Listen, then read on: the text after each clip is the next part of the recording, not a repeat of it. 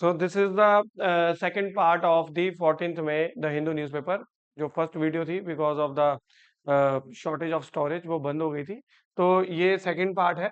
और यहाँ पर हम ये जो है ये न्यूज कर रहे थे कि India should formulate a regional policy for West Asia, TS Tirumurti. देखिए ये जो पेज है इसके अंदर बेसिकली एक डिप्लोमेसी डायलॉग जो है ये द हिंदू के द्वारा जो है ये करवाया जा रहा था। इनॉग्रल सेशन था डिप्लोमेसी एंड सस्टेनेबिलिटी डायलॉग 2026। इसके अंदर सबसे इंपॉर्टेंट न्यूज जो पेज नंबर आप देखेंगे, पेज नंबर 3 के ऊपर, ये पूरे पेज के ऊपर जो सबसे इंपॉर्टेंट आर्टिकल है वो यही है कि टीएस तिरुमूर्ति जी ने इंडिया को बोला कि इंडिया को एक रीजनल पॉलिसी बनानी चाहिए वेस्ट एशिया के कॉन्टेक्स्ट के अंदर। सो टीएस तिरुमूर्ति कौन थे? ये फॉर्मर एम्बेसडर थे इंडिया के to the US, and he was even a permanent representative of India to the United Nations. अब इन्होंने एक बहुत अच्छी बात बोली कि हर एक देश जो है अपनी फॉरेन पॉलिसी फॉर्मुलेट करता है, तो इंडिया ने भी अपनी फॉरेन पॉलिसी फॉर्मुलेट करी है। बट द पॉइंट इज कि उन्होंने बोला कि India should have that strategic autonomy. Strategic autonomy के साथ साथ इंडिया एक लीडरशिप रोल भी इंडिया को प्ले करना चाहिए।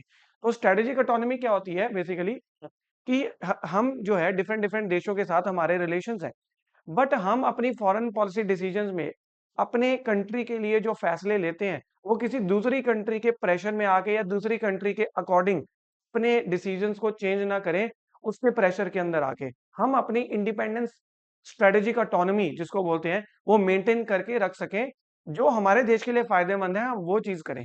तो बेसिकली अगर आप देखेंगे, इंडिया कहता तो है कि हम अपनी स्ट्रेटेजिक ऑटोनॉमी मेंटेन करके रखते हैं, हम किसी देश के प्रेशर में आके अपने देश के हित में जो फैसले हैं उनको बदलते नहीं है। बट अगर आप देखेंगे तो यूएस के प्रेशर के अंदर आके यूएस ने इंडिया के ऊपर टैरिफ लगा दिए थे, 50% टैरिफ्स, कि आप ईरान से कुछ नहीं खरीदेंगे, रशिया से कुछ नहीं खरीदेंगे, रशिया से ऑयल इंपोर्ट करोगे तो टैरिफ लगा दिए। तो जिसकी वजह से हमने रशिया से ऑयल इंपोर्ट करना बंद कर दिया था। और ईरान के अंदर चाबहार पोर्ट जो है हमारा वो भी अब कंप्लीटली हमने वो बंद कर दिया है। चाबहार पोर्ट के अंदर कोई डेवलपमेंट नहीं है टोटली। अब उसके ऊपर हम फर्दर कोई भी डेवलपमेंट देखने को नहीं मिलेगी because of the sanctions imposed by the US. Under that pressure हमने ये सब चीजें करी। तो इन्होंने इसी चीज के ऊपर बहुत अच्छी बात बोली है। हम देखते हैं दैट इंडियाज ग्लोबल फ्यूचर क्या होगा, leadership, diplomacy and strategic autonomy. Now, central crux of the matter is India's core challenge is to protect its independent foreign policy choices while also becoming more active in the global outcomes. Strategic autonomy allow India to decide according to the national interest, but autonomy alone does not give the leadership. तो मैंने आपको बोला था कि strategic autonomy भी होनी चाहिए और proactive role भी इंडिया प्ले करे in the basically world scenario के अंदर जो भी कन्फ्लिक्ट चल रहे हैं उसके अंदर लीडरशिप रोल भी इंडिया को प्ले करना चाहिए। Now, let us understand the meanings of these words one by one. Who is T.S. Tirumurti? He is a former India permanent representative to the United Nations, and he was also the former ambassador to the United States. Now, the world is in the 2025 is going through a period of multiple overlapping conflicts. तो बहुत सारे conflicts हमने देखने को मिल रहे हैं। Waste Asia के अंदर अगर आप देखेंगे, so there is a conflict going on between United States, Israel and Iran. And countries like Saudi Arabia, UAE, they are caught in the middle. Europe is dealing with Russia Ukraine war and questions about Russia. तो Europe के अंदर Ukraine and Russia war चल रही है। Waste Asia के अंदर US, Israel, Iran war चल रही है। देन उसके बाद यूएस और चाइना की भी वॉर चल रही है, not in the traditional sense but trade war चल रही है। Both the countries are competing in a very fierce way कह सकते हैं हम। Then India sits in the middle of all this. India has good relations with the US also, Russia also, Saudi Arabia also, UAE also. Sometimes simultaneously we are maintaining good relations, managing all the relationship but also remaining independent. इसको आप ऐसे समझिए कि जैसे आपके 5 दोस्त हैं, अब 5 दोस्त में से 2 दोस्त आपस में लड़ते हैं बट आपके दोनों ही फ्रेंड हैं।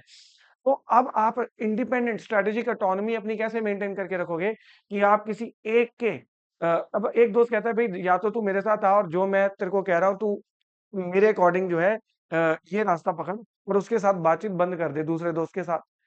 तो क्या आप अपने इंडिपेंडेंट फैसला लेंगे या उस दोस्त के अकॉर्डिंग अपने फैसले लेंगे कि भाई क्योंकि दोनों ही आपके दोस्त हैं, वो आपस में लड़ाई कर रही है, उन्होंने आपस में उनकी कन्फ्लिक्ट है। तो आप ये नहीं कर सकते कि एक ही फ्रेंड के जो है कहने पे आप दूसरे फ्रेंड को उनसे बात करना बंद कर दें। तो यही सिमिलरली इसी को कहते हैं strategic autonomy in foreign policy. तो यहाँ पर हम देख सकते हैं big idea. What is the big idea?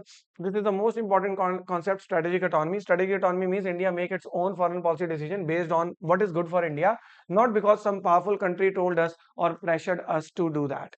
The word strategic means long term planning and autonomy means deciding on our own. तो ये एग्जांपल मैंने आपको दी. Tirumurti traces this idea back to the first prime minister. तो उन्होंने बोला कि first prime minister जो थे हमारे जवाहरलाल नेहरू, उन्होंने भी इंडिया को स्ट्रेटेजिक ऑटोनॉमी जो है मेंटेन की थी उन्होंने अपने टाइम पे, क्योंकि जब इंडिया को आजादी मिली थी तो दो ग्रुप्स बन गए थे, यूएसएसआर एंड यूएसए. अब दोनों ग्रुप्स इंडिया को कह रहे थे कि आप हमारे साथ आइए, और यूएसए कह रहा था और यूएसएसआर कह रहा था आप हमारे साथ आइए. तो हमारे फर्स्ट जो प्राइम मिनिस्टर थे जवाहरलाल नेहरू, उन्होंने बोला कि नहीं, we don't want to be into anyone's group, we will remain independent. हम किसी भी ग्रुप में अलाइन नहीं होंगे, हम इंडिपेंडेंट रहेंगे, जिससे एनएएम की शुरुआत हुई थी, नॉन अलाइनमेंट मूवमेंट. उसके बाद जितने भी डेवलपिंग कंट्री आजाद हुए, अफ्रीकन कंट्रीज जो आजाद हुए, उन्होंने भी इसी पॉलिसी को फॉलो किया और उन्होंने इंडिया को एज ए लीडर माना. इंडिया ग्लोबल साउथ का लीडर बना. ग्लोबल साउथ कंट्रीज वो होती हैं जो डेवलपिंग कंट्रीज होती हैं, और डेवलप्ड कंट्रीज जो हैं वो ग्लोबल नॉर्थ, उनको हम एक टर्म यूज होती है ग्लोबल नॉर्थ. तो जब जवाहरलाल नेहरू जी ने इंडिया की स्ट्रेटेजिक ऑटोनॉमी मेंटेन करके रखी कि हम किसी देश के साथ नहीं जा रहे हैं, भैया हम दोनों के साथ ही हैं, हम अपने फैसले हम देखेंगे कि हमें किसी एक देश के साथ हमें अलाइन नहीं होना है. नाउ सिमिलरली अगर आप यहाँ पर आज के कॉन्टेक्स्ट में देखेंगे, व्हाट इज द आज के, देखो वहां पर नॉन अलाइनमेंट मूवमेंट उस टाइम पे चल गया था कि हम ना आपके साथ जाएंगे ना आपके साथ जाएंगे, क्योंकि जो है बाइपोलर वर्ल्ड था. ठीक है, बाइपोलर वर्ल्ड होता है कि उस टाइम पे दो सुपर पावर्स थी, यूएसए एंड यूएसएसआर. तब हम कह सकते हैं कि ना तो हम इस ग्रुप के साथ जा रहे हैं ना इस ग्रुप के साथ जा रहे हैं, इस कंट्री, हम दोनों कंट्रीज के साथ नहीं जा रहे. बट आज के टाइम पे टीएस तिरुमूर्ति जी का ये कहना है कि अब एक मल्टीपोलर वर्ल्ड है. मल्टीपोलर वर्ल्ड का मतलब है कि भाई अब अलग अलग देश सुपर पावर्स बन चुके हैं, जैसे there are many powerful players like USA, China, Russia. तो अब हमें स्ट्रेटजी जो लेनी पड़ेगी वो नॉन अलाइनमेंट की नहीं लेनी पड़ेगी, वो मल्टी अलाइनमेंट की लेनी पड़ेगी, कि हम यूएसए के साथ भी अलाइन कर रहे हैं, हम रशिया के साथ भी कर रहे हैं, हम चाइना के साथ भी ट्रेड कर रहे हैं, इवन दो चाइना के साथ हमारे कन्फ्लिक्ट्स हैं.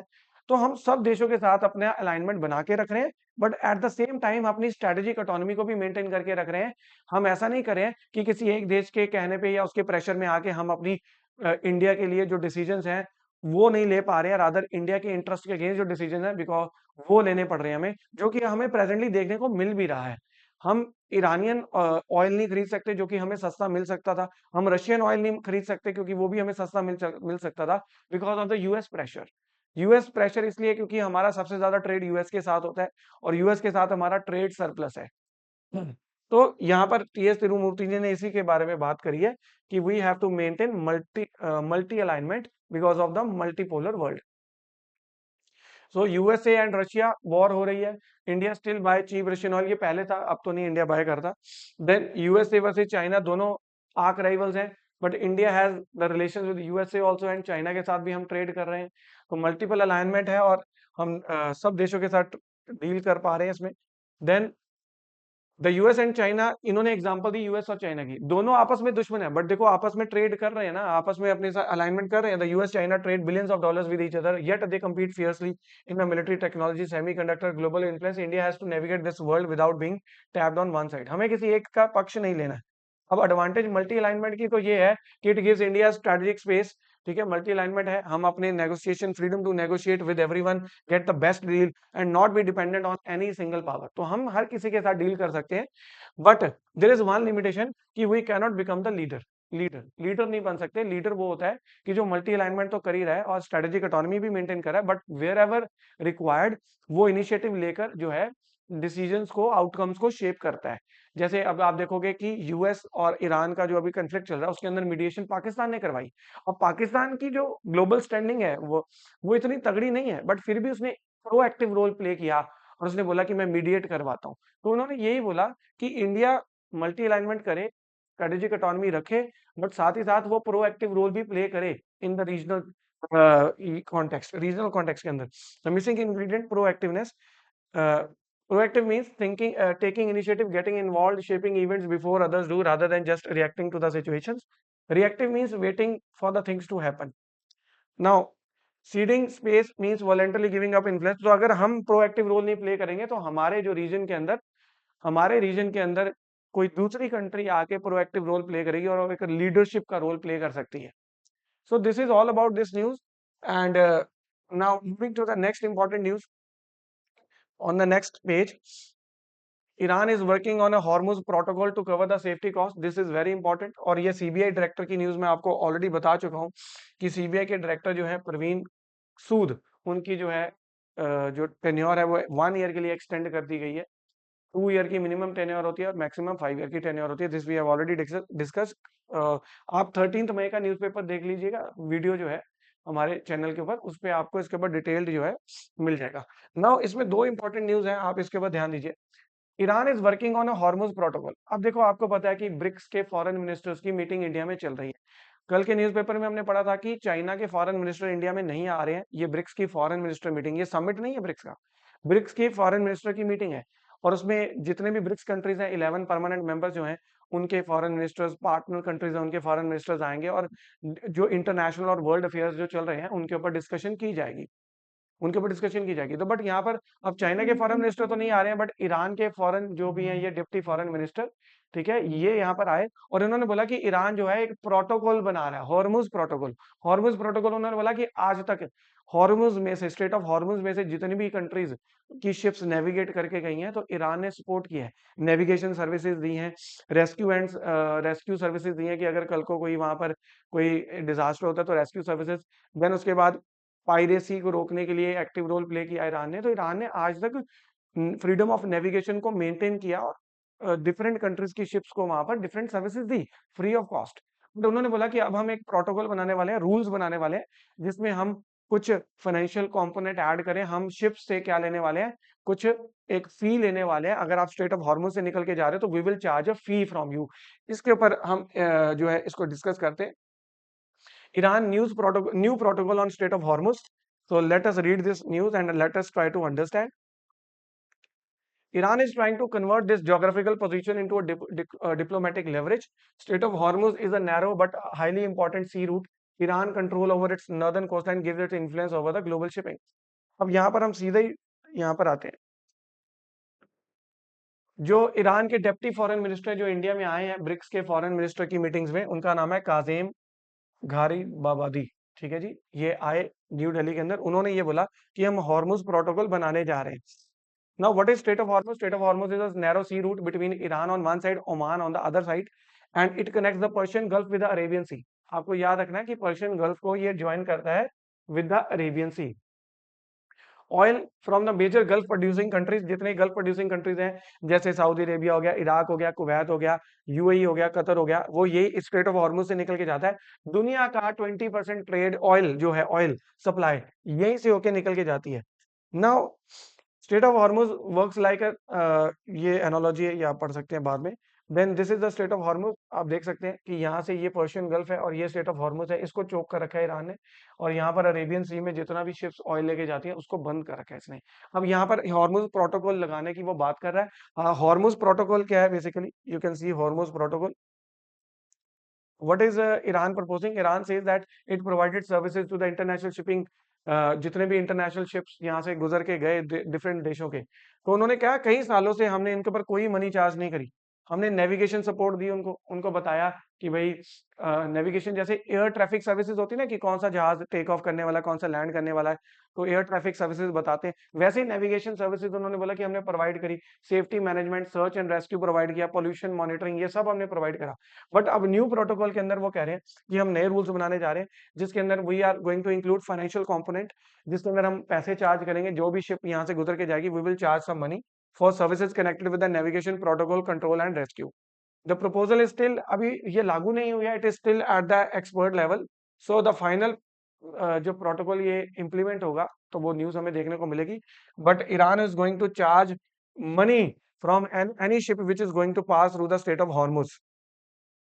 नाउ कंडीशन अटैच, तो उसने बोल दिया कि जितनी भी शिप्स हैं किसी के साथ हम डिस्क्रिमिनेशन नहीं करेंगे, जो उनसे मर्जी देश की शिप यहाँ से जाए हम उन वहां से जाने देंगे, एक मनी चार्ज करेंगे, एक फीस चार्ज करेंगे, we will not discriminate. But there is one question, Iran कहता है कि जो सी कंट्री यूएस को सपोर्ट करेगी या इसराइल को सपोर्ट करेगी, उनकी शिप्स को हम यहाँ से नहीं जाने देंगे, ये क्लियर कट बोला है। तो उन्होंने बोला कि इंडिया ने किसी किसी भी कंट्री का सपोर्ट नहीं किया है ना। ऑल्दो अभी आप देखोगे कि ब्रिक्स के डेप्टी फॉरेन मिनिस्टर्स की जब मीटिंग होने वाली थी, तो जिसमें मीटिंग हो रही थी, तो इंडिया वांट्स कि इजराइल का नाम जो है ज्वाइंट स्टेटमेंट के अंदर ना आए, जिसकी वजह से ज्वाइंट स्टेटमेंट के कंसेंसस भी नहीं बन पाया था। सारी कंट्रीज ने कंसेंसस किया ही नहीं, क्योंकि सारी कंट्रीज चाहती थी कि इजराइल को कैटेगोरिकली उसके अंदर क्रिटिसाइज किया जाए कि इजराइल जो है वो अटैक कर रहा है ईरान के ऊपर। बट हालांकि ईरान ने ये बोला कि इंडिया न्यूट्रल है, हम इंडिया की शिप्स को नहीं रोकेंगे। बट एक वार्निंग उसने जरूर दे दी है कि अगर यूएस के साथ उसकी लड़ाई स्टार्ट हो गई, यूएस के साथ उसकी लड़ाई, अभी तो सीज फायर हो रखा है और वो सीज फायर फ्रेजाइल है, जब मर्जी टूट सकता है, और दोनों कंट्रीज आपस में जो उनके पीस प्रपोजल है वो एक दूसरे के ऊपर एग्री नहीं कर रहे हैं। तो ईरान कहता है कि अगर दोबारा से कन्फ्लिक्ट स्टार्ट हो गया तो उस केस में फिर कोई भी शिप वहां से नहीं जा सकती, क्योंकि कन्फ्लिक्टिंग सिचुएशन है, तो वहां से जाना फिर बहुत मुश्किल हो जाएगा। Iran specifically reassured Strait of Hormuz would remain open to the ships linked to India. This is important because तो इंडिया के लिए ये रीअश्योरिंग बात है, बिकॉज इंडिया 85% इंडिया का क्रूड ऑयल जो है स्ट्रेट ऑफ हॉर्मुज के थ्रू ही निकल के आता है, हम इंपोर्ट करते हैं। ईरान शोज दैट इंडिया की न्यूट्रल पोजीशन है and India does not want to join any anti Iran position. So this is the news about Hormuz protocol which we have seen. अब यहाँ पे सबसे बड़ी देखने की बात है कि क्या ईरान स्ट्रेट ऑफ हॉर्मुज को बंद कर सकता है, क्या वो फीस चार्ज कर सकता है, क्या वो फाइनेंशियल कंपोनेंट की बात करता है, क्या वो इंटरनेशनल लॉ के अकॉर्डिंग ये अलाउड है। तो सी को रेगुलेट करने के लिए हमारे पास एक इंटरनेशनल कन्वेंशन होती है जिसका नाम है United Nation convention on law of seas, जिसको हम अनक्लॉज भी बोलते हैं। United Nation convention on law of seas, ये 1982 में साइन की गई थी। इंडिया ने इसको साइन किया, रेटिफाई किया। तो अनक्लॉज ये कहता है कि कोई भी अगर देश है, उस देश की कोस्ट लाइन से 12 नॉटिकल माइल्स का जो एरिया होता है वो टेरिटोरियल जोन होता है, और टेरिटोरियल जोन में से इनोसेंट पैसेज, इनोसेंट मतलब किसी भी देश की शिप, इनोसेंट वॉरशिप नहीं, इनोसेंट पैसेज का राइट है। अब strait of Hormuz no doubt कि ईरान के टेरिटोरियल वाटर्स में आता है, बट ईरान क्या उसके ऊपर शिप से पैसे ले सकता है, फीस ले सकता है? तो यहाँ पर ईरान का ये कहना है कि मैंने अनक्लॉज को साइन नहीं किया। 1982 में ये जो है कन्वेंशन बनी थी, तो ईरान ने इसको साइन नहीं किया हुआ है। अनक्लॉज, it is an international treaty that deals with the rules of seas, territorial waters, shipping. The right of innocent passage allows foreign ship to pass peacefully through the another country, coastal waters without disturbance. For international straits, the stronger idea is transit passage. तो basically इसका conclusion यही है कि Iran कहता है कि मैंने international treaty को साइन नहीं किया, मैं फाइनेंशियल कंपोनेंट और जो फीस मैं चार्ज कर सकता हूँ, कोई इनोसेंट पैसेज का राइट मैं नहीं दूंगा अगर आप फी पे नहीं करके जाओगे। So this is about the news about the Hormuz protocol. Now coming to the next news, this is the most important news. Supreme court questions the high court ruling on the law college attendance norms. तो भाई ये जो judgment, basically supreme court की judgment तो नहीं आई है, but Delhi high court की एक जजमेंट आई थी जिसका इम्पैक्ट लॉ स्टूडेंट्स के ऊपर सबसे ज्यादा पड़ने वाला है। हुआ क्या था कि एक स्टूडेंट था, सुशील रोहिला, वो दिल्ली के अंदर, इंद्रप्रस्थ कोई यूनिवर्सिटी है, इंद्रप्रस्थ है या कोई दूसरी है, एक बार चेक कर लेते हैं। तो वो यूनिवर्सिटी में पढ़ रहे थे एंड लेट अस सी कि वो कौन सी, Sushant Rohila was a law student in a private college. Private college का चलो ये है, ठीक है, कुछ गुरु गोविंद सिंह आईपीयू यूनिवर्सिटी, वहां पर वो पढ़ रहे थे। वो सेमेस्टर एग्जाम देने लगे तो उनको सेमेस्टर एग्जाम में नहीं बैठने दिया गया क्योंकि उनकी अटेंडेंस शॉर्ट थी। अब कॉलेज के मुताबिक 75% अटेंडेंस चाहिए आपको, अगर आपकी अटेंडेंस शॉर्ट है तो आपको एग्जाम्स में बैठने नहीं दिया जाएगा। जब कॉलेज वालों ने एग्जाम में बैठने नहीं दिया तो उस केस के अंदर फिर उन्होंने सुसाइड कर लिया। जब सुसाइड कर लिया तो फिर उनके एक फ्रेंड ने सुप्रीम कोर्ट में एक चिट्ठी लिखी और जिसमें ये बात कही गई कि भाई ये अबैटमेंट ऑफ सुसाइड है, ये कॉलेज वालों ने उनको इतना मजबूर कर दिया कि उन्होंने सुसाइड ही कर लिया, सुसाइड करने के लिए मजबूर कर दिया। तो कॉलेज वालों के ऊपर केस फाइल हो गया, कॉलेज मैनेजमेंट के ऊपर, टीचर्स के ऊपर। पुलिस ने इन्वेस्टिगेशन करी और फाइनली पुलिस ने बोला, क्लोजर रिपोर्ट लगा दी कि भी जो टीचर्स हैं उन्होंने कुछ नहीं किया, उन्होंने अपनी ड्यूटी परफॉर्म करी है। उन्होंने जो कॉलेज के रूल्स है कि 75% अटेंडेंस अगर नहीं है तो आपको कॉलेज में नहीं बैठने दिया जाएगा। तो पुलिस ने तो क्लोजर रिपोर्ट लगा दी, पुलिस जो कॉलेज मैनेजमेंट थी, जो टीचर्स थे, उनके ऊपर कोई एक्शन नहीं आया। बट दिल्ली हाईकोर्ट ने इसको एक ब्रॉडर पर्सपेक्टिव में लिया और उन्होंने बोला कि जो ये कॉलेजेस के अंदर अटेंडेंस क्राइटेरिया है, इसका अगर जब ये अटेंडेंस पूरी नहीं होती है तो कॉलेज वाले जो है एक एक्सट्रीम स्टेप ये ले लेते हैं कि वो कॉलेज एग्जाम में ही नहीं बैठने देते और उस बच्चे का पूरा करियर जो है वो खराब हो जाता है, बिकॉज़ उसको आप एग्ज़ाम में नहीं बैठने दे रहे।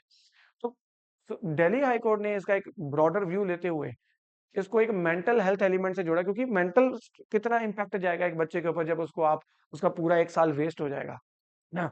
तो इस केस के अंदर दिल्ली हाई कोर्ट ने इसकी सुनवाई करी और दिल्ली हाई कोर्ट ने देखा कि law as an education in India is governed by BCI, bar council of India.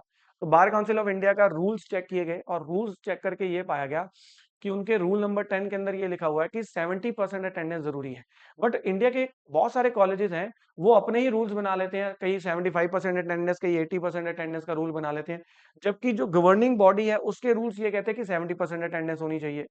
पहली प्रॉब्लम तो कोर्ट ने ये बताई। दूसरी कोर्ट ने ये बात बोली कि जो एक लॉ स्टूडेंट होता है, तो आप सिर्फ अटेंडेंस का क्राइटेरिया रखकर उसको आप एग्जाम देने से उसको आप रोक देते हैं। तो कोर्ट ने बोला कि एक लॉ स्टूडेंट जो है वो मूट कोर्ट्स करता है, इंटर्नशिप पे जाता है, वो लीगल एड क्लिनिक्स पे जाता है, वो सेमिनार्स में जाता है, तो वो भी तो एक प्रैक्टिकल नॉलेज का पार्ट है। सिर्फ क्लासरूम नॉलेज जरूरी नहीं है, लॉ की फील्ड में प्रैक्टिकल नॉलेज भी जरूरी है। तो अगर वो इंटर्नशिप कर रहा है, ठीक है, और अगर वो मूट कोर्ट्स कर रहा है और वो क्लासेस मिस कर रहा है जिसकी वजह से उसकी अटेंडेंस शॉर्ट हो गई है, तो आपको उसको भी वेटेज देनी चाहिए। दूसरी बात कोर्ट ने, दिल्ली हाई कोर्ट ने ये बोली कि भाई जो ये रूल्स हैं 75% 85% अटेंडेंस वाले, ये सारे आर्बिट्रेरी हैं, अनकॉन्स्टिट्यूशनल है। रूल 70% होना चाहिए जो कि बार काउंसिल ऑफ इंडिया ने लगा रखे हैं। और वहां पर भी कोर्ट ने रिकमेंडेशन ये दी कि आप अगर 70% अटेंडेंस पूरी नहीं भी हो रही है, भी आप उसको एग्जाम में बैठने से नहीं रोक सकते। आपको ये जो मूट कोर्ट्स और इन इन सबको वेटेज देनी पड़ेगी। एंड मोर ओवर कोर्ट ने बोला कि कॉलेज मैनेजमेंट का जो रोल होता है वो एक गार्जियन का होता है। लोकस पेरेंटिस की कोर्ट ने बात करी कि जब एक बच्चा स्कूल से निकल के कॉलेज में आता है, तो जो मैनेजमेंट है कॉलेज की, वो एक गार्जियन की तरह एक्ट करे। और वो ऐसा ना बोले कि भाई 6 महीने का सेमेस्टर होता है, अगर उस बच्चे की अटेंडेंस कम रह गई तो आप लास्ट मोमेंट पे आके बोलो कि आपकी अटेंडेंस कम है, तो चलो जी हम आपको डिबार कर रहे हैं, अब आप एग्जाम नहीं दे सकते। आपको एज अ गार्जियन उसको ये फैसिलिटीज, ये चीज देनी चाहिए कि एवरी वीक आप उस बच्चे को उसकी जो है जो अटेंडेंस उसकी रिकॉर्ड है वो आप उसको दीजिए, उसके पेरेंट्स को भेजिए कि आपकी अटेंडेंस कितनी है और कितनी अभी आपकी शॉर्ट चल रही है।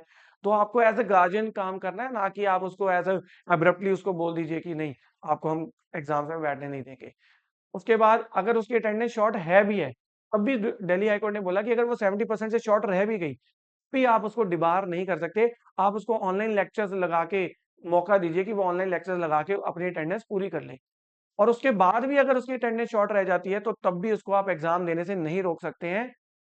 एट द मोस्ट आप उसको एग्जाम देने दीजिए और उसके 5% मार्क्स जो है डिडक्ट कर लीजिए, बिकॉज उसकी अटेंडेंस शॉर्ट थी।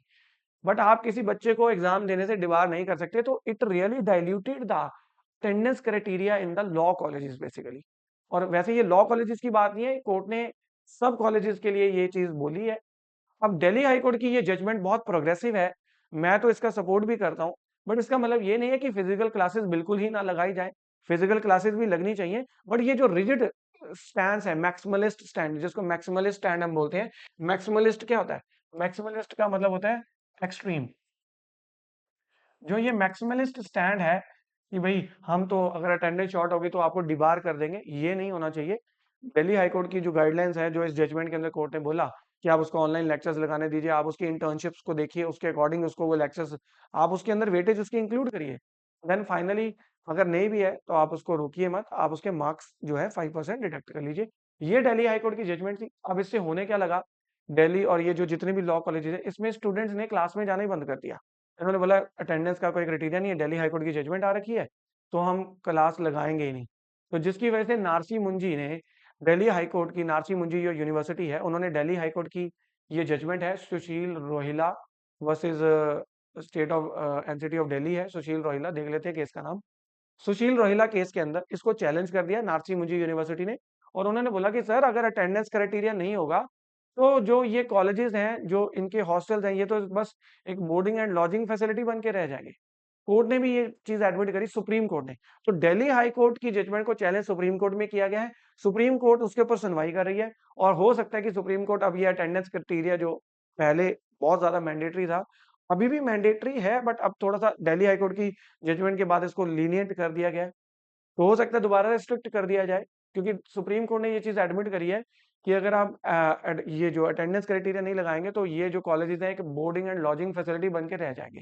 बोर्डिंग एंड लॉजिंग का मतलब कि आओ, हॉस्टल में रहो, ठीक है, और अपना रहो और जाओ, घूमो फिरो। आपको स्कूल और कॉलेज में क्लास लगाने की जरूरत नहीं है। तो जैसे हम होटल में रहते हैं ना, बोर्डिंग एंड लॉजिंग, खाते पीते हैं, रहते हैं, फिर हम चले जाते हैं, तो वैसे ही कॉलेजेस में क्लास लगाने की जरूरत नहीं है। बस हॉस्टल में रहो, खाओ पियो, और बस आपकी डिग्री ऐसे आप पेपर देने जाओ बस। तो कोर्ट ने भी ये चीज एडमिट करी है। तो लेट्स सी, बट आप इसमें कोई चीजें, कुछ चीजें हैं जो आप इसको नोट डाउन करिए। सुशील रोहिला वाला केस है।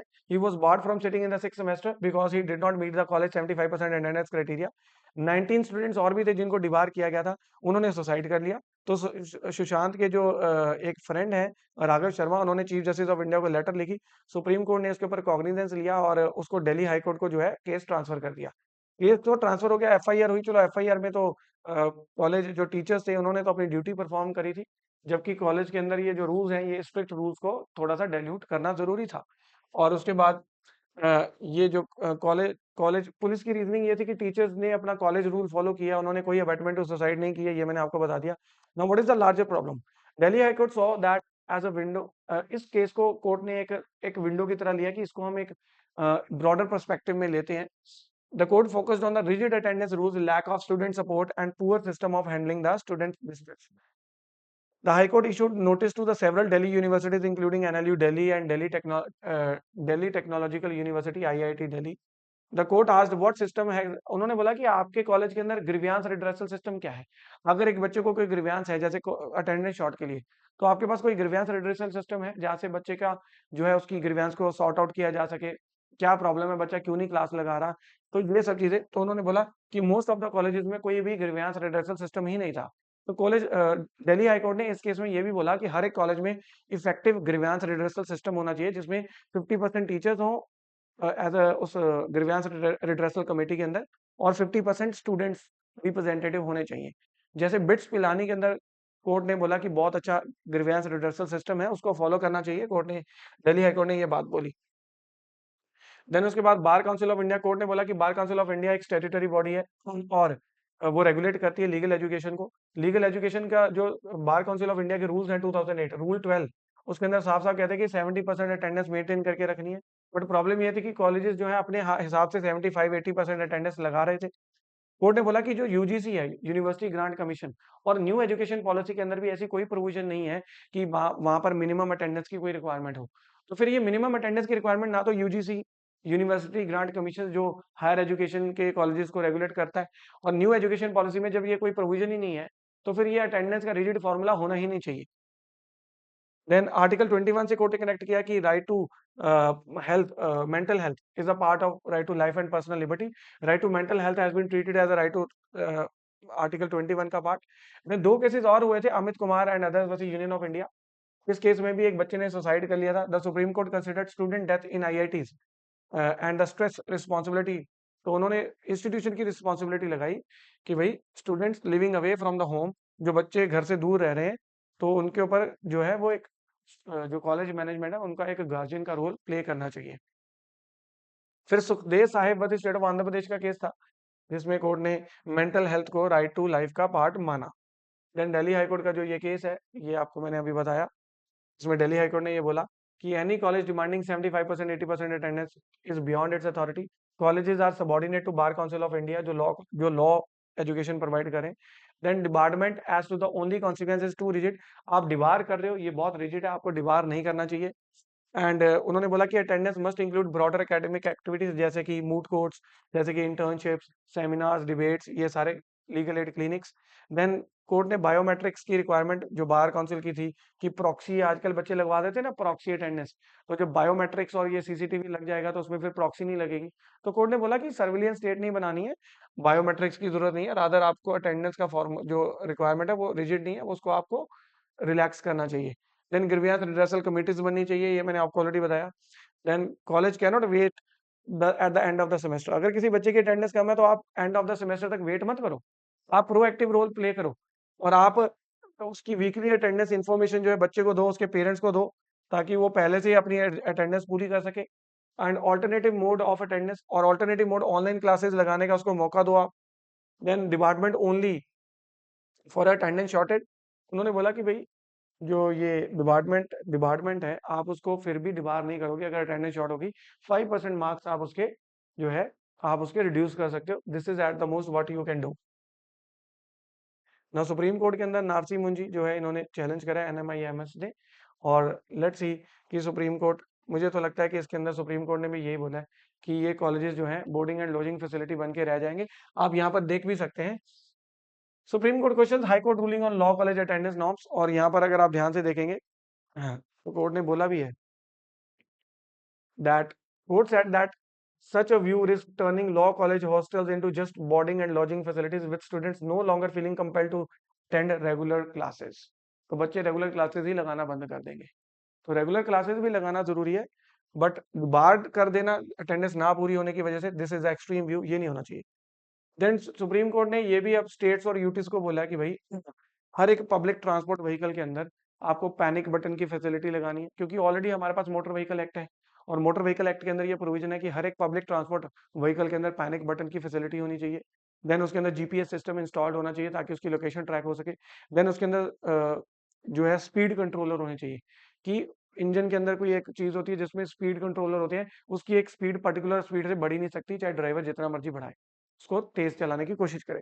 तो इसके अंदर आप कुछ फैक्ट्स नोट डाउन कर सकते हैं। फैक्ट ये है कि supreme court direction on road safety and vehicles in the public transport, तो आप देख सकते हैं कि इंडिया में 4.5 लाख रोड एक्सीडेंट होते हैं हर साल, 4.5 लाख एक्सीडेंट, जिसमें से 1.5 लाख लोगों की डेथ हो जाती है एनुअली। और इसका मतलब है कि 400 लोग डेली, 400 लोगों की डेथ होती है डेली रोड एक्सीडेंट्स के अंदर। और इंडिया के अंदर आप देखेंगे कि लेस देन जो है 1% व्हीकल्स हैं, transport vehicles with location tracking services, but accidents कितने ज्यादा हो रहे हैं। तो एक डॉक्टर है, एक सर्जन है, उन्होंने ये पिटीशन PIL फाइल करी। उन्होंने बोला कि सर जो स्टेट्स हैं इनका एक कैलुअस एटीट्यूड है, कैलस और कैजुअल। कैजुअल समझते हो कि कैजुअल का मतलब होता है कि बहुत ही इनडिफरेंट एटीट्यूड, जिसमें हर एक चीज को बस ऐसे लेना, कैजुअली लेना, इंपॉर्टेंस मत देना। तो इतने लोग मर रहे हैं, आप पब्लिक ट्रांसपोर्ट सर्विसेज के अंदर स्पीड कंट्रोलर लगाइए कि इससे तेज स्पीड पे गाड़ी जाए ही ना। फिर आप जीपीएस इंस्टॉल करिए, फिर पैनिक बटन इंस्टॉल करिए। पैनिक बटन अगर किसी भी गर्ल या फीमेल के साथ या कुछ ऐसा हो रहा है पब्लिक ट्रांसपोर्ट व्हीकल पे, तो आप पैनिक बटन इसके ऊपर होना चाहिए। तो इसके कुछ फैक्ट्स हैं जो आप देख सकते हैं। Facts: India has one of the worst road safety records in the world with roughly 4.5 lakh road accidents every year. More than 1.5 lakh die people annually in road accidents, which means more than 400 deaths deaths जो हैं in every single day. India has only about 1% of the world's vehicles, but accounts for nearly 1% global road. India has only about 1% of the world's vehicles, but accounts for nearly 11% of the global road accidents death. तो 1% world vehicle मतलब दुनिया की गाड़ियां यहाँ पर है, but 11% accident जो है हमारे को इंडिया में देखने को मिलते हैं। So this is all about this news. Now moving to the next news.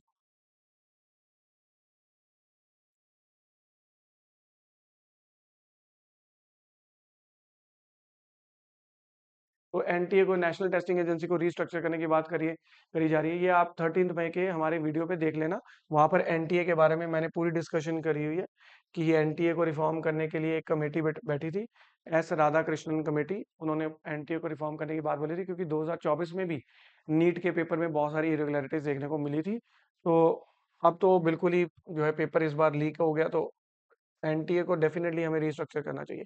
CBSE का रिजल्ट आ गया और लड़कियों ने हमेशा की तरह बाजी मार ली है। लड़कियां जो है आउटशोन द बॉयज, ठीक है, उनसे ज्यादा मार्क्स आए हैं उनके। ठीक है, ये बहुत अच्छी बात है। अब आगे चलते हैं। अगर आप एडिटोरियल्स पे आएंगे, तो ये वाला एडिटोरियल, आपको सारे एडिटोरियल्स नहीं पढ़ने होते हैं, आपको वही एडिटोरियल्स पढ़ने होते हैं जो आपके एग्जाम पॉइंट ऑफ व्यू से इंपॉर्टेंट है, क्योंकि हमें टाइम सेव करना है। तो अगर आप यहाँ देख सकते हैं कि हाउ न्यू फॉसिल फ्यूल, ये हमारे काम का नहीं। देन उसके बाद अगर आप नेक्स्ट पे आएंगे, नेक्स्ट के ऊपर अगर आप देखेंगे आगे, ये जो एडिटोरियल है ये इंपॉर्टेंट होते हैं हमारे लिए। तो जस्ट वॉर पावर बैलेंस, ये आपको पढ़ने की जरूरत नहीं है, क्योंकि जो न्यूज आपको आर्टिकल्स में मैं कवर करवा रहा हूँ दैट इज सफिशिएंट, एग्जाम के पॉइंट ऑफ व्यू से सफिशिएंट। अगर कोई पैसेज आ भी गया तो you will be able to handle it. अब यहाँ पर ये बहुत इजी इजी है, ये एडिटोरियल्स इतने मतलब एनटीए के ऊपर ही है, नेशनल टेस्टिंग एजेंसी की क्रेडिबिलिटी के ऊपर है। तो वंस बिटन ट्वाइस शाय, है ना? दूध का जला छाछ भी फूँक-फूँक के पीता है, मतलब a person having a bad experience, तो that person is hesitant doing the same mistake again. एक चीज़ को गलती कर ली, दोबारा दोहराने में वो बंदा बहुत सोच समझ के वो चीज़ करेगा। बट ये कह रहे हैं कि ये कहावत एनटीए पे अप्लाई नहीं होती, क्योंकि 2024 में भी गलती करी, अब दोबारा गलतियाँ करे। तो यही वो ऑथर कह रहा है कि once bitten twice shy, this saying surely does not apply to the national testing agency, given the numbers of times the agency has run into trouble. कितनी बार ये प्रॉब्लम आ चुकी है in the conduct of the common entrance exam. It would have been logical to expect those at the helm, helm मतलब जो इस agency को चला रहे हैं, to have learned their lessons. उनको अपने पाठ पढ़ने चाहिए थे कि पहले भी ऐसा हो चुका है। However this week's cancellation of national eligibility cum entrance test affecting 22 lakh students is a serious blow to the agency reputation. तो उसकी रेपुटेशन तो कितनी इफेक्ट हुई है, क्योंकि 22 लाख लोगों, अब ये बार बार हो रहा है तो कोई इसके ऊपर ट्रस्ट थोड़ी करेगा एनटीए के ऊपर। Now, the NTA on May 12, 2026 announced the cancellation of the exam and amid allegations of paper leak as the government tasked the CBI with the carrying out the investigation। तो आपको पता ही है कि CBI इसकी investigation कर रही है। The decision followed investigations revealing that a guest paper, तो आपको मैंने बताया था कल के न्यूज़पेपर में कि एक गेस्ट पेपर था, उसके अंदर ऑलमोस्ट 90% क्वेश्चंस वो सेम थे जो एग्जाम में आए। Collections of predicted high importance questions created to help students matched numerous questions in the chemistry and biology. Media report said कि ये मटेरियल जो है 1 महीने से ये सर्कुलेट कर रहा था। This led to the investigation by Rajasthan police ने इन्वेस्टिगेशन करी, 15 लोगों को जो है अरेस्ट भी किया गया। In the face of obvious fraud, जब 1 महीने से ये चल रहा था, ऑब्वियस था, तो एनटीए सो रही थी। एनटीए ने 1 महीने से उनको पता ही नहीं चला कि ये ऐसी सर्कुलेशन हो रही है, तो वो एग्जाम कंडक्ट करवा दिया उन्होंने। The NTA maintained the line, NTA बस यही कहती रही कि the decision to cancel the exam was taken in the interest of the students, students के हित में है ये and all that. The question though is, does the NTA still enjoy the trust. Question ये है, ऑथर ये कह रहा है कि क्या वो ट्रस्ट अभी भी एंजॉय करती है एनटीए। लिखा है does the NTA still enjoy the trust, NEET has been dodged by controversy right from the start with several states opposing the format. तो जब पहले नीट आया तो अब जैसे तमिलनाडु जैसी स्टेट्स हमेशा नीट को अपोज करती आई हैं। उन्होंने बोला कि नीट का जो ये स्ट्रक्चर है, ये एलीट क्लास को सपोर्ट करने के लिए, जो रूरल बैकग्राउंड का बच्चा है वो नीट कैसे क्लियर करेगा। तो ये पहले भी कंट्रोवर्सी में रहा। बट अब यहाँ पर बात ये आ रही है कि then now, but even after it was allowed roll out across the country, जब ये नीट लागू हो गया, NTA as an agency conducting the exam has suffered several deaths to its credibility. तो इसकी क्रेडिबिलिटी को देखने में काफी सारी ये चीजें देखने को मिली है।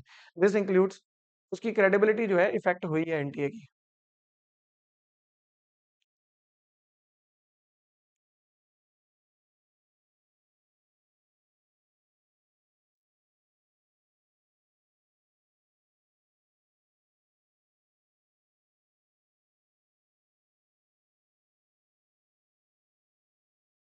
This includes 2019 impersonation scam. कुछ बच्चे जो हैं जिन्होंने एग्जाम दिया था, उसके बिहाफ पर कोई दूसरा बच्चा पेपर देने चला गया। 2022 में कंट्रोवर्सी आई, एक गर्ल की फ्रिस्किंग की करी थी। देन 2024 में पेपर लीक हो गया था। फिर मैंने आपको बोला था कि राधाकृष्णन कमेटी बिठाई गई थी to recommend reforms in the examination process and restructuring of the NTA. And ये जो रिपोर्ट आई, बट इसको लागू ही नहीं किया गया। तो ये बहुत आसान सा एडिटोरियल है, आप इसको पढ़ सकते हैं। और आपको एडिटोरियल्स पढ़ने चाहिए, इससे आपकी वोकेबलरी इंप्रूव होती है। जैसे वंस बिटन ट्वाइस शाय का क्या मतलब होता है। फिर यहाँ पर वर्ड है इनेप्ट, कि एनटीए इनेप्ट है। इनेप्ट मतलब द लैकिंग कैपेबिलिटी, असमर्थ, the person who lacks the capability to do that thing. तो एजेंसी ऑर्गेनाइजेशन इनेप्ट है। इनेप्ट, इनेप्ट मतलब not able to perform that thing. Now फिर नेक्स्ट एडिटोरियल हमारा है elusive pace, elusive peace. Europe must push for the negotiated settlement to the Ukraine war. तो Ukraine war को लेकर Russia और Ukraine में जो है सेटलमेंट होनी चाहिए, लड़ाई बंद होनी चाहिए। उसके ऊपर ये बहुत अच्छा एडिटोरियल है, इसको आप पढ़ सकते हैं, बहुत इजी है। हम नेक्स्ट न्यूज़ के साथ चलेंगे आगे।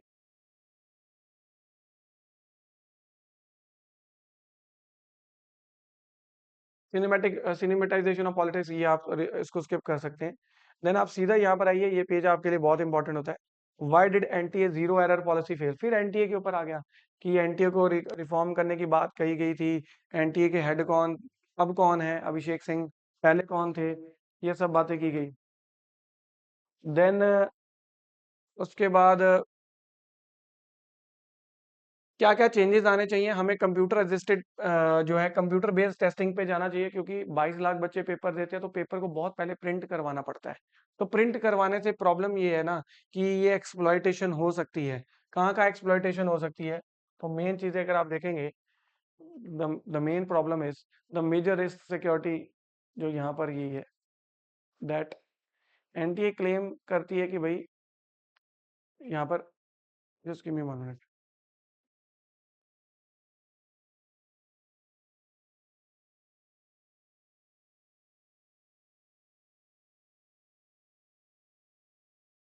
What Radhakrishnan panel recommended? Radhakrishnan panel ने यही recommendation की थी that the report submitted in October 2024 highlighted the pen and paper testing. जो pen and paper testing है ना, यही सबसे ज्यादा प्रॉब्लम है, क्योंकि ये एक मेजर सिक्योरिटी रिस्क है।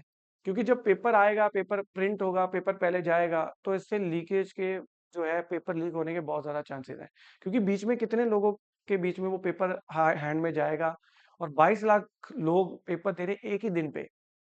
तो अब उस सिक्योरिटी लैब्स को ढूंढना भी बड़ा मुश्किल है कि कहाँ से पेपर लीक हो गया।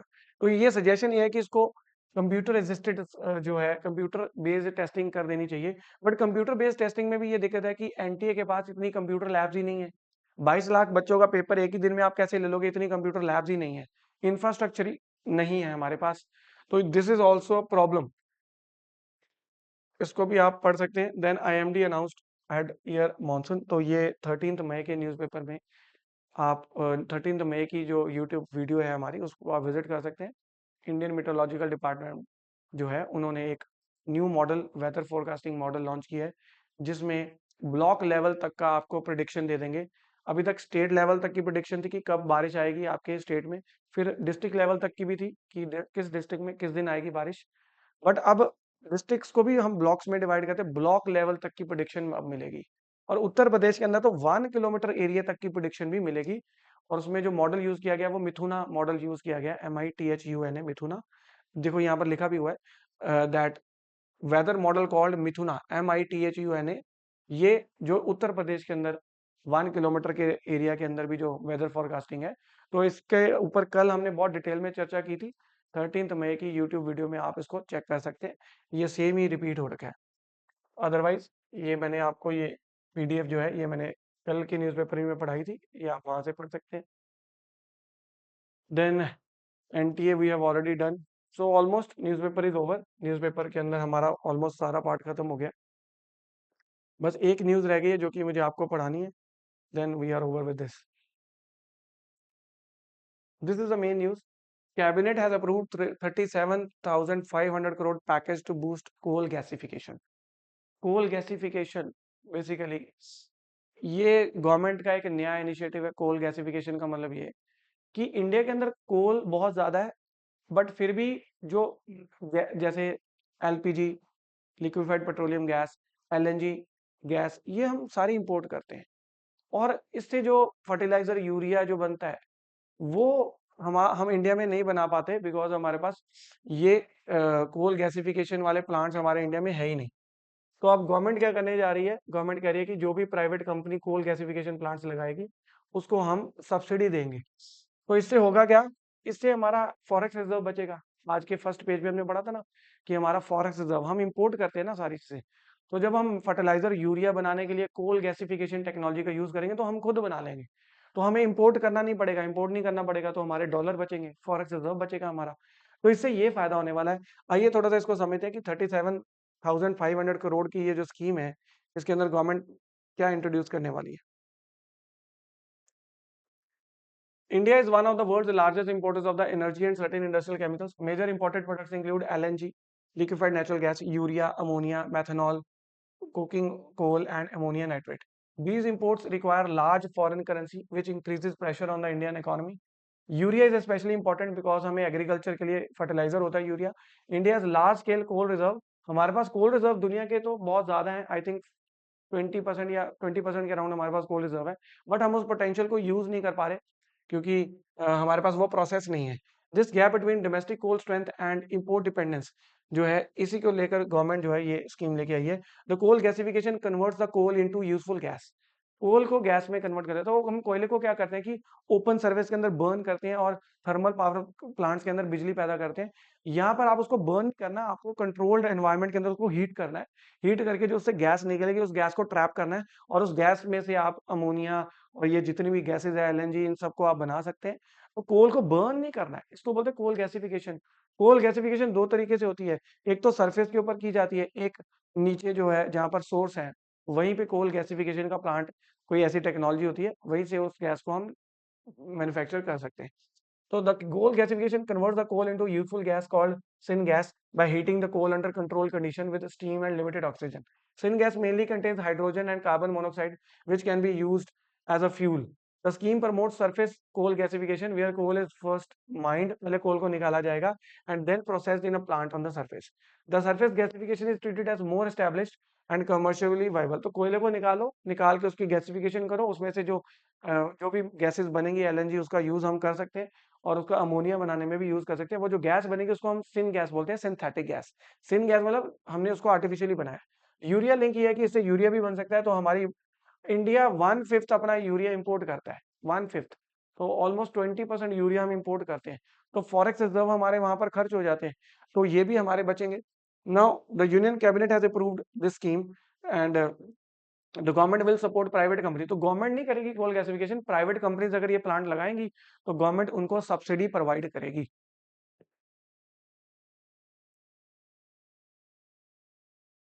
Incentive structure, plant and machinery में गवर्नमेंट 20% की सब्सिडी देगी। देन सिंगल प्रोजेक्ट के अंदर गवर्नमेंट 5000 करोड़ तक की सब्सिडी दे सकती है। So these are the main points which you can see. So this is all about this news, the new plan, the coal gasification plan. Then world news के ऊपर ये हमारे जो है इतनी इंपॉर्टेंट कोई भी न्यूज नहीं है। ट्रम्प जो है चाइना जा रहे हैं, चाइना जाके शी जिनपिंग के साथ बातचीत करेंगे। देन यूएस के अंदर, सॉरी यूके के अंदर इलेक्शंस हुए थे, लोकल बॉडी इलेक्शंस, जैसे हमारे होते हैं ना अब म्यूनिसपैलिटीज के, तो वैसे ही वहां पर लोकल बॉडीज इलेक्शन हुए थे। तो वहां की जो रूलिंग पार्टी है, जो वहां के कियर स्टारमर है, ठीक है, और जो प्राइम मिनिस्टर है यूके के, तो उनकी जो पार्टी है, रूलिंग पार्टी, उन वो लेबर पार्टी है। तो लेबर पार्टी लोकल इलेक्शंस में हार गई, तो जिसकी वजह से ये डिमांड कर रही है ऑपोजिशन मेंबर्स कि कियर स्टारमर को रिजाइन कर देना चाहिए। तो वो कहते हैं कि मैं रिजाइन नहीं करूंगा, ठीक है। King speech outlines UK government agenda as Starmer's future hangs in balance. क्योंकि लोकल इलेक्शन वो हार गए हैं, तो let's see what happens. Netanyahu UAE गया था, ये हमारे काम का नहीं है। और ईरान के अंदर एक जगह है कूम, वहां पर इंडियन डायस्पोरा, जो इंडियन निवासी है, इंडिया के मूल निवासी, वहां पर शरबत वगैरह का लंगर लगा रहे हैं। तो ठीक है, यहाँ पर ये न्यूज हमारी इतनी काम करी। So that's all about today's newspaper. अगर आप ये सारी पीडीएफ लेना चाहते हैं तो आप रजिंद्रा लॉ अकेडमी के टेलीग्राम चैनल पे जाइए और वहां पर आपको ये सारी पीडीएफ मिल जाएगी। Thank you very much.